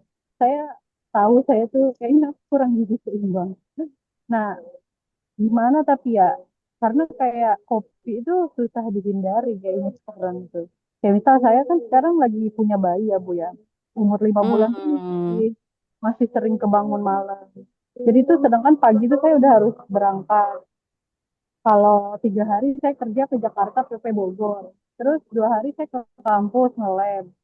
Jadi tuh kalau Masya nggak ngopi, Allah. saya bakal ngantuk gitu Bu. Masya Bener-bener Allah. yang ngantuknya tuh kelayangan gitu. Dan dengan kopi itu salah satu ikhtiar saya biar saya bisa tetap segar. Apalagi saya tuh motoran ya Bu. Kalau ngantuk Aduh, dikit kan iya juga gitu ya. Nah astagfirullah. jadi kayak susah banget gitu menghindari kopi. Kira-kira solusi lainnya apa ya Bu ya? Ya, ya, ya. Ya Allah, di Intan, gimana di Intan? Kebayang nggak? Masih bingung Masya lagi, Bu. Allah. Ya, ya. Saya Mangga pun Ibu. dulu ada Hadimah tuh setelah anak yang ketiga, Mbak Farah. Jadi ya, jadi dunia itu hanya beda gelap dan terang aja. Apa ya, siang malam tuh aktivitasnya sama. Saya itu jam 11 malam misalnya ya, sambil nyusuin, sambil ngetik disertasi ya. Sebelahnya mesin cuci jalan ya. Yang di belakang oven nyala ya buat bekal dan sarapan suami dan anak-anak besok gitu ya. Terkadang walah nih kok urip ngene pisan toyo. Yang lainnya pada tidur gitu kan jam 11 malam masalahnya. Tapi gimana ya dinikmatin aja sih. Nah kalau dari aspek gizi nih Mbak Farah, Masya Allah ya motor-motoran lagi ya. Waduh saya belum tentu bisa setangguh Mbak Farah nih. Mantap ya. Saya jadi inget siapa ya kisahnya sahabat Syakban ya. Yang rumahnya paling jauh dari masjid. Ya kan suatu hari itu, ini cerita ini dulu dikit ya. Di masjid itu biasanya selalu ada tuh di pojok belakang. Alasannya karena khawatir ganggu yang lain katanya. Tapi hebatnya Rasulullah ya segitunya kan presiden ya zaman itu ya, pemimpin ya. Beliau itu tahu masing-masing sahabatnya tuh kenal dan tahu ada tidaknya begitu. Nah suatu hari kan nggak ada, loh kok nggak ada ya? Ada yang tahu nggak Syakban di mana gitu kan? Nggak ada yang tahu ternyata sampai nunda ikomat ya ketika akan sholat. Akhirnya setelah sholat ada yang tahu rumah Syakban nggak gitu?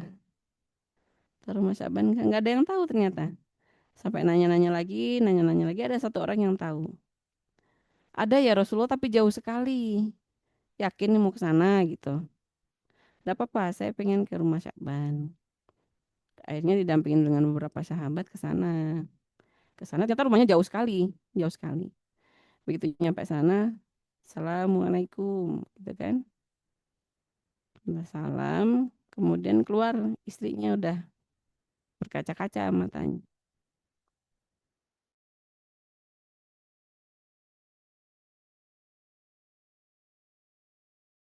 Sudah meninggal. Kemudian dipersilakan ya, persilakan masuk. Kemudian istrinya berpesan. Tadi ketika sakratul maut, Syakban itu meng- mengatakan tiga kata yang saya tidak paham apa maksudnya. Yang pertama, jauh. Yang kedua, baru. Yang ketiga, semuanya. Rasulullah diam sejenak, kemudian akhirnya, iya saya paham apa maksudnya gitu. Jadi ketika sakratul maut itu Allah ditampakkan pahalanya, jejak-jejak kakinya ke surga itu menjadi kebaikan-kebaikan di surga nanti. Kemudian di situ muncul ke penyesalan dari Syakban. Ya Allah, andaikan rumah saya lebih jauh. Padahal udah paling jauh ya. Andaikan lebih jauh lagi ya. Masya Allah Mbak Farah di jalan ya. Kemudian ditampakkan juga jubahnya gitu ya. Yang udah mulai bolong-bolong gitu. Itu menjadi kebaikan di surga. Karena ketika di tengah jalan ketemu dengan pengemis yang kedinginan. Kedinginan.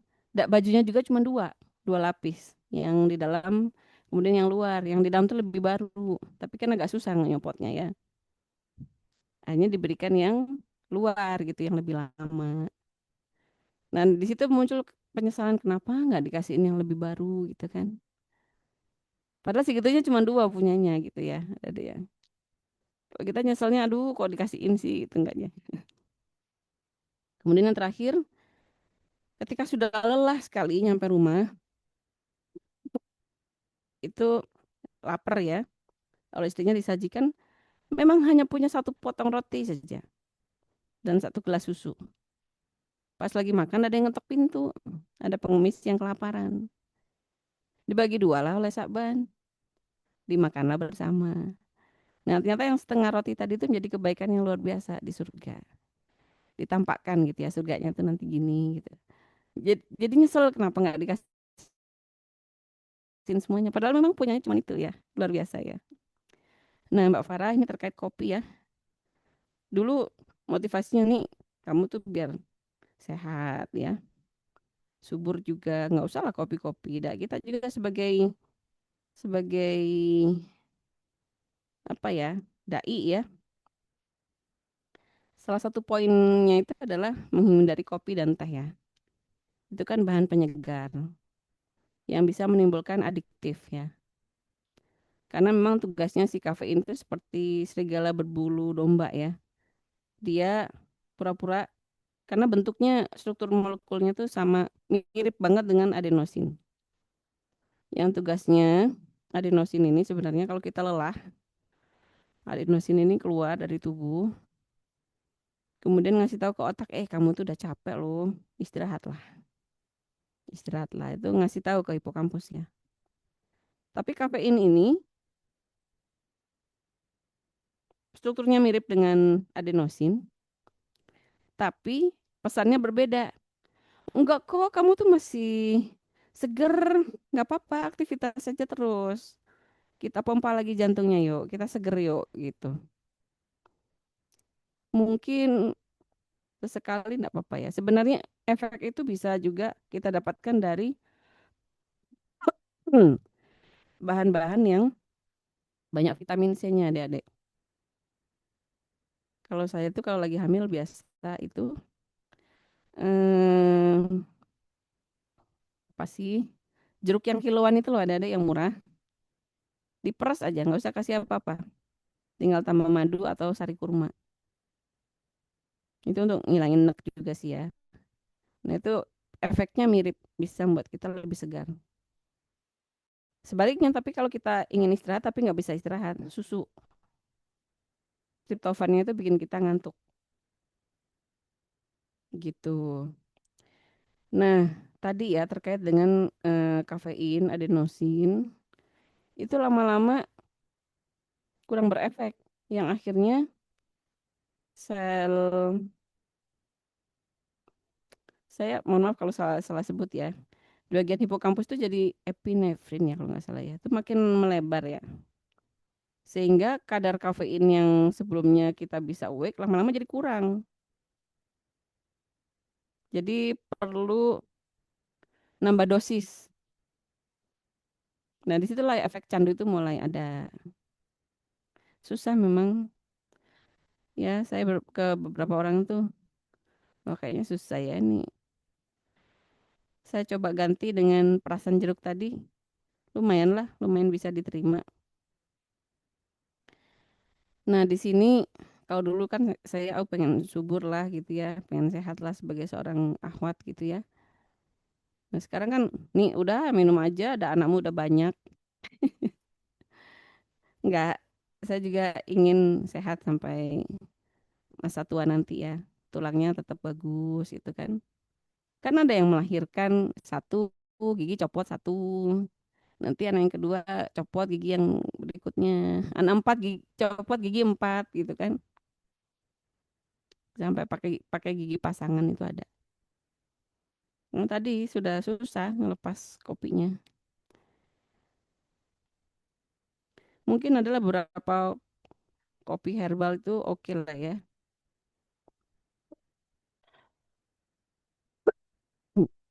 Tapi boleh dicoba sih Mbak dikit-dikit ya. Tadi perasan jeruk tadi ya. Tapi juga memang aktivitas itu bersabar ya dengan anak yang masih bangun-bangun malamnya. Itu kan kalau kita menenangkan anak yang terbangun di malam hari, itu pahalanya sama dengan membebaskan 70 budak. Ujung-ujungnya Nabi mau bebasin 70 budak, nggak mau dapat pahala, nggak ini bercanda ya. Kita nggak bisa maksain juga pada pasangan kan, nanti malah ribut lagi kan. Tinggal siapa aja yang mau dapat pahala ya. Tapi Masya Allah sih suami saya juga memahami ya, saya juga capek. Biar Abi yang buatin gitu gantian kadang gitu. Buat susu apa gitu ya. Kadang kalau udah perut besar kan ngegeser badan aja susah. Bisa nafas dengan nyamannya udah bagus gitu ya. Kalau sedang hamil tuh motivasinya tiap detik itu terhitung zikir ya. Nafasnya itu terhitung zikir. Kemudian menyusui juga 1 tetes ASI itu tuh kebaikan yang besar ya, kebaikan yang besar. Jadi pahala-pahala itu nak, ndak kita ini hidup di dunia berapa sih? 70 sampai 60 70 ya, itu kalau beruntung. Makanya dulu umatnya Nabi Nuh tuh heran. Kan ini ya, Nabi Nuh tuh apa? Berapa usianya? 1050 tahun ya. Ada seorang ibu-ibu yang nangis gitu kan di depan kuburan. Kenapa kok nangis gitu kan? Anak saya meninggal muda ya. Ya Nabi gitu ya, Nabi Nuh ya. Berapa memang usianya? 300 tahun. Itu udah panjang banget ya. Makanya dibesarkan hatinya karena Nabi Nuh tahu nanti di akhir zaman itu ada umat yang usianya itu 60 sampai 70 tahun tapi mereka berlomba-lomba bangun bangunan yang tinggi, mengejar dunia gitu padahal usianya singkat. Jadi apa ya, upaya kita adalah setiap detik, setiap saat apa yang kita ikhtiarkan itu menjadi pahala ya. Mbak Farah pahalanya banyak sekali nih, Masya Allah. Semangat ya. Semoga dikuatkan, diberi kemudahan, dan harus yakin bahwa setiap upaya kita ya untuk menjaga anak-anak itu akan mendatangkan kemudahan dalam urusan-urusan kita. Dan juga di jalan itu ya seringkali yang terlupakan adalah ketika di jalan, waduh macet, walah selak telat gitu ya, terus capek gitu ya. Padahal di situ adalah momen di mana doa kita mustajab. Gunakan waktu untuk berdoa ya, minta kepada Allah untuk anak-anak kita ya, pasangan kita, untuk saudara-saudara kita. Jangan lupa untuk diri sendiri juga. Terkadang saya juga, nih kamu nggak mendoakan dirimu sendiri gitu kan. Nah gitu. Dibacakan Al-Fatihah satu-satu ya Mbak Farah ya. Misalnya sambil mengal-fatihain pembimbing gitu ya. Jadi nanti ketemu itu banyak kemudahan ya udah langsung sidang gitu kan. Baca ayat kursi dulu. Nah gitu. Gitu sih memang kalau saya kan selain amanah yang di rumah juga di kampus ya terkadang udah nih tenang nih di jalan. Ayo berdoa. Hujan, Allahu Akbar hujan. Nah itu waktu mustajab untuk berdoa. Waduh kok gak enak ini, puyeng gitu ya. Batuk ada yang dirasa gitu ya, apa perut kram lah apa. Berdoa itu doa mustajab ya. Ketika kita sakit, ketika kita di jalan. Kalau hujan kan sering kali, wow, hujan no, gitu. Nah, nah, itu kita manfaatkan untuk berdoa. Semangat ya, akhwat ya. Barakallahu fikum. Masya Apa ya Allah. panjang ya? Nggak apa-apa Ibu, Masya Allah. Oke, terima kasih Ibu atas jawabannya dan Mbak Farah atas pertanyaannya. Mungkin untuk sesi diskusi kita cukupkan dulu ya Ibu dan teman-teman, karena sudah hampir memasuki waktu zuhur. Mungkin dari panitia bisa share screen terlebih dahulu. Oke, sebelumnya kami ucapkan terima kasih banyak ya Ibu Eni atas kesempatannya untuk bisa sharing, berbagi ilmu dengan kita semua. Uh, Masya Allah daging banget ya, dan semoga bisa kita coba untuk implementasiin buat bisa workout mungkin 30 menit sehari atau mau nyoba 5 menit dulu mungkin boleh ya Ibu ya sehari gitu. Yang penting ada gerak kayak gitu. Kalau mau kemana-mana, kalau deket mah coba jalan gitu ya. Buat persiapannya Ibu ya, nanti kita kuliah keluar, nah kita bisa nggak capek-capek. Amin. Iya, nggak mageran lagi gitu. Oke, mungkin sebagai tanda terima kasih kami, Ibu ada sertifikat dari panitia. Mungkin boleh Alhamdulillah. ditampilkan.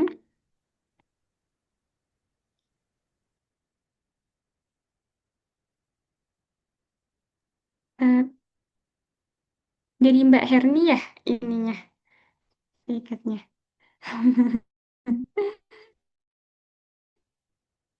Ya, jazakumullah khair adik-adik ya, barakallah. Berjuang terus ya, insya Allah ya. Ibu juga sehat-sehat. Ibu Amin. tadi Ibu juga kurang sehat ya Bu ya. Syafaqillah ya Ibu. Iya nak, terima kasih, amin. Terima kasih. Hmm. Oke, mungkin sambil menunggu kita boleh dokumentasi dulu ya Ibu dan teman-teman. Oke, yuk teman-teman yang nggak terkendala on cam boleh on cam ya. Yuk, ada Mbak Salma, Mbak Nadira, Mbak Ina, siapa lagi? Hmm, Mbak Santi, Ini ada yang S2, Mbak ada yang Arisma. S3 ya. Iya Ibu. Yuk on cam yuk, kita ramein yuk. Oke, Syawa. Oke, udah ya. Intan coba pandu. Eh, hmm. Nah, oke. Satu, dua, tiga. Oke, boleh dengan stiker terbaiknya mungkin? Atau gaya terbaiknya? Satu, dua, tiga. Masya Allah. Oke, terima kasih banyak Ibu dan teman-teman. Mungkin nanti sertifikatnya akan disampaikan oleh panitia ya Ibu ya. Terima Mangga, kasih mangga. banyak Ibu. Terima kasih banyak, barakallahu fikum. Ini boleh live, Hmm. ini Boleh boleh. Ibu. Oh, Terima kasih mangga banyak ya tuh. Ibu. Mohon izin ya. Assalamualaikum warahmatullahi wabarakatuh. Waalaikumsalam Waalaikumsalam warahmatullahi warahmatullahi wabarakatuh. wabarakatuh. Terima kasih Ibu. Terima Jazakillah kasih. khair. Waalaikumsalam. Oke, alhamdulillah teman-teman. Gimana perasaannya? Tadi udah dapat materi yang sangat insightful dari Ibu. Semoga ini bisa jadi reminder kita juga ya sebagai perempuan, ahwat yang nantinya akan menikah, berkeluarga. Karena tadi kata Ibu iya ya bahwa ternyata apa yang kita rasain di masa depan itu akumulasi dari apa yang kita lakukan sekarang. Kalau kita banyaknya konsumsi mungkin tadi yang banyak gula gitu, atau yang kurang, maksudnya kurang bergizi, kurang bernutrisi, ya nanti pasti masa depan bisa tulang kita tadi yang apa, yang bolong-bolong gitu ya. Nah, kita mulai pelan-pelan ya untuk bisa jaga apa yang kita makan, apa yang kita konsumsi, dan terus berdoa kepada Allah. Semoga Allah mudahkan segala ikhtiar kita gitu ya untuk bisa menjaga amanah tubuh ini. Oke, karena mau masuk waktu zuhur, kita cukupkan dengan membaca hamdalah, alhamdulillahirabbil alamin, dan doa kafaratul majelis, subhanakallahumma bihamdika, asyhadu alla ilaha illa anta, astaghfiruka wa atubu ilaik. Oke, terima kasih banyak teman-teman semua yang sudah hadir. Ditunggu ya acara Laptop Muslimah berikutnya dari Himpas. Dadah, Assalamualaikum warahmatullahi wabarakatuh. Waalaikumsalam warahmatullahi wabarakatuh. Terima kasih Bapak sekalian. Makasih Mbak Intan. Iya, makasih banyak Dewi semuanya. Ada Yuli juga nih ternyata. Masya Allah, ada Mbak Ina. Oke, Insya Allah.